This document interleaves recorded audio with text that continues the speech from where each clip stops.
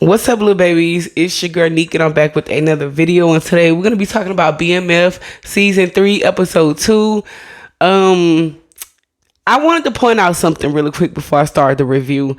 Remember, Cal Macy, the one who played on That's So Raven, and I do not want to mix his name up with his brother because that's hella foul. But Cal Macy brother played on the episode last night. I don't know if anyone noticed. But I noticed because I be looking at every and anything.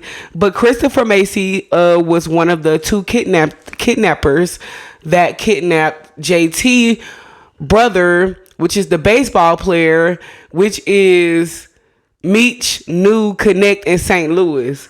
So I don't know if you guys noticed that or not, but shout out to Christopher Macy. And speaking of Christopher Macy, it's crazy because I'm telling you, this law of attraction thing is real. This manifestation stuff is real, y'all. I swear to God.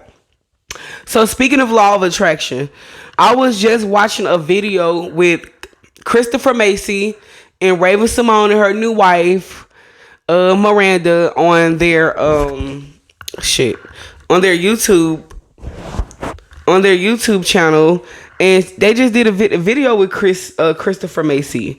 So I want you guys to go check that video out. I'm not gonna link it in the description box below. I'm really not.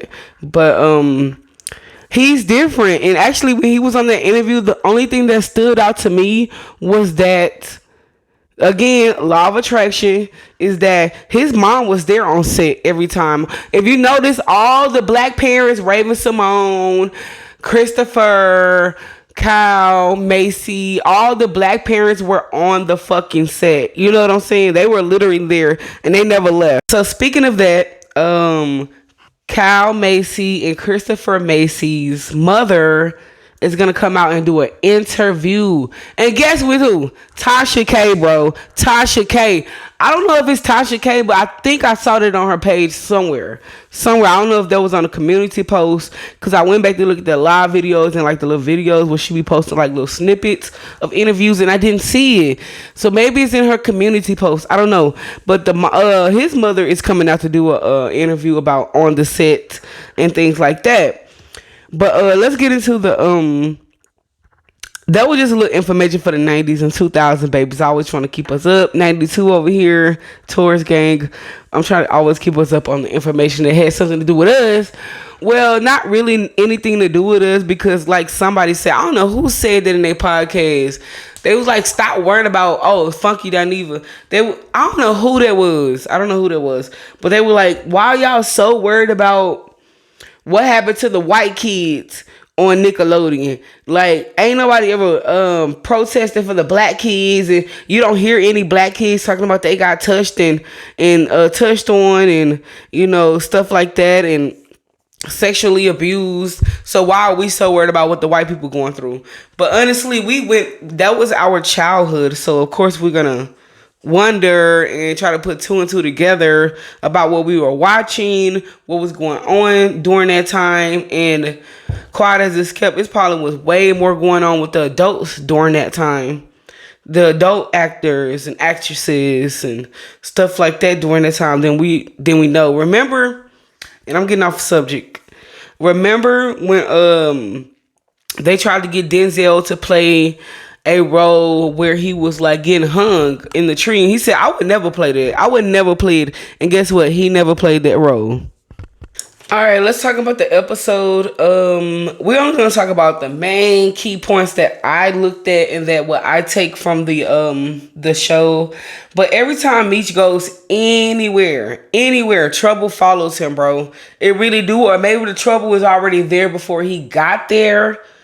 You know, and he just basically made the best of it because he was dealing with his people. You know, this story is loosely based, but, you know, maybe he just, you know, he fixed the problem when he arrived, you know, or because he was mixed in it and he didn't want to, not show loyalty, or he just didn't want to like run away like some scary ass bitch. But, we're going to get more into Meech later on. Actually, let's finish Meech right quick because I got a few people to talk about. So besides Meech helping TJ, his new connect in St. Louis, brother Besides him helping his brother, and besides him, getting him home safely, everything was going okay. Then he ended up hooking up with Saweetie, whatever the fuck this girl name is. And now we see her rolling, and everybody was like, what is she gonna play? What is she gonna do? What is she gonna do? Now we see she was just a fucking jump off at this point. Oh yeah, and besides that, wasn't it crazy how the jump out boys are always around Meech? Like, everywhere he go, the jump out boys are following either the jump out boys, a detective, the red dogs, the grand jury, another op. It's just always something with Meech. But I don't know if you guys noticed. That hey, that map plan was cool though. That map plan was really cool. Saying they was going to the baseball stadium. That was really cool. I like that. And it mixed in with Saweetie, the brother that got kidnapped, and the plug, where they grew up from, and how they grew up, and what they used to do when they was younger, how they thought they was gonna make it to this baseball league, and things of that such. And speaking of Little Meech, did he break up with Summer Walker? Because now she's talking about she's engaged. I don't know. Let me know in the comment section below, because that was quick. That was really quick. It was like 3 months. So she probably was already fucking with that dude. The brother got kidnapped. Okay. Oh yeah, did you guys, who is Glock? I keep hearing them, they was mentioning Glock on this episode and the last episode, saying that he's the new king of Atlanta. Who is Glock? Is Meech gonna have some beef with Glock? Trying to take over Atlanta. How is that gonna work out? What do you guys think? And baby, give it up for Lucille, baby. She made it happen. She can choose now. And I would have been chose up. I would have left Charles and got with Maurice, because it's simple. Charles violated after fucking 15, 20 years. Like, nah, we're not gonna put up with that. We're not. We're really not. I wanted to bring up something I just couldn't remember. Oh, did y'all see that Young Jock interview on Vlad TV? Long story short, basically, Young Jock was supposed to sign with Big Meech and BMF and become one of their artists. And I think we know that Jeezy was funded by them or something. I wonder why he never went to jail. Maybe because he never moved or slang anything. I don't know. But that interview with Young Jock is very telling. Very, very telling. He was like, they was at a car show, which shout out to my sister, man. Shout out to Tiffany Mo. My sister took me to my first concert with Marcus Houston. She took me to like 5 or 6 car shows. My sister always took me out to eat. My sister looked out for me when I was pregnant with my first child. Always bought me buffalo sandwiches from Checkers down south in Louisiana, Mississippi. But I think they're down south. But I see the Checkers up here, but they're called rallies. So I guess it's like Checker rallies. They're the same thing. But shout out to my sister for taking me to my first car show. But Young Jock was basically saying that at the car show, it was the feds across the street in a cemetery taking pictures with big ass cameras. And if you know the story of BMF, basically Big Meech didn't get caught. He just pled because he didn't want his sister and his mother to get the charges. However that worked. And his dad did get in trouble for putting that house in his name that's in Atlanta. And then I think we're gonna find out later on in the season that Charles moved to Atlanta to live with Meech. So we'll see how that works next season, because we already know Lucille is gonna leave his ass, and I don't blame her. Detective Bryant and Detective whatever her name is, the Asian lady, that plan with Henry, I don't know, y'all. I'm very skeptical because Henry is not no stupid. She's not dumb, bro. She's not dumb. She's not stupid. She's very street smart, and she's very strategic.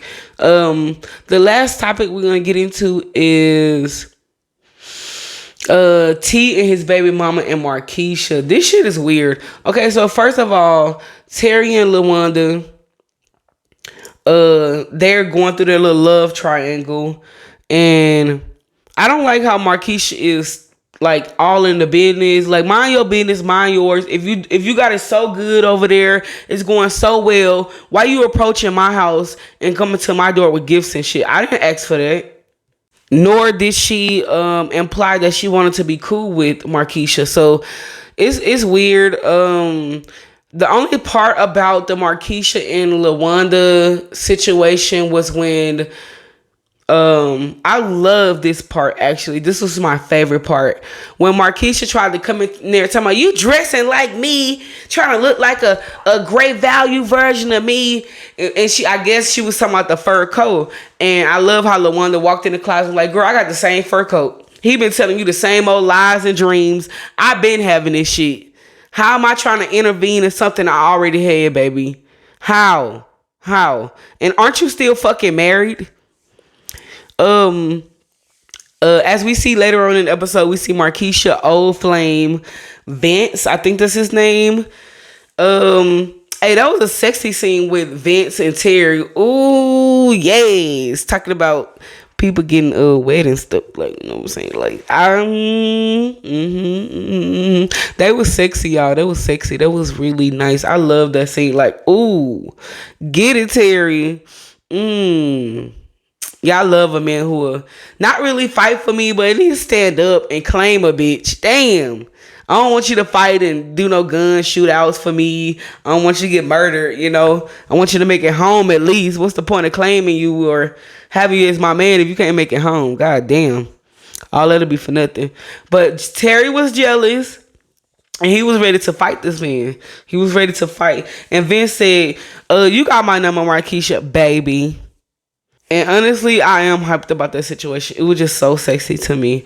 We talked about Henrietta. Oh, so we didn't talk about the Henrietta termination plan that Terry has concocted with Henrietta's people. I'm not really sure about what was going on. I ain't gonna lie, I was kind of confused. Like, who was those people sitting in Terry restaurant? He was telling them that basically his keys go for $7K less, and he can whip it up and make 2 keys.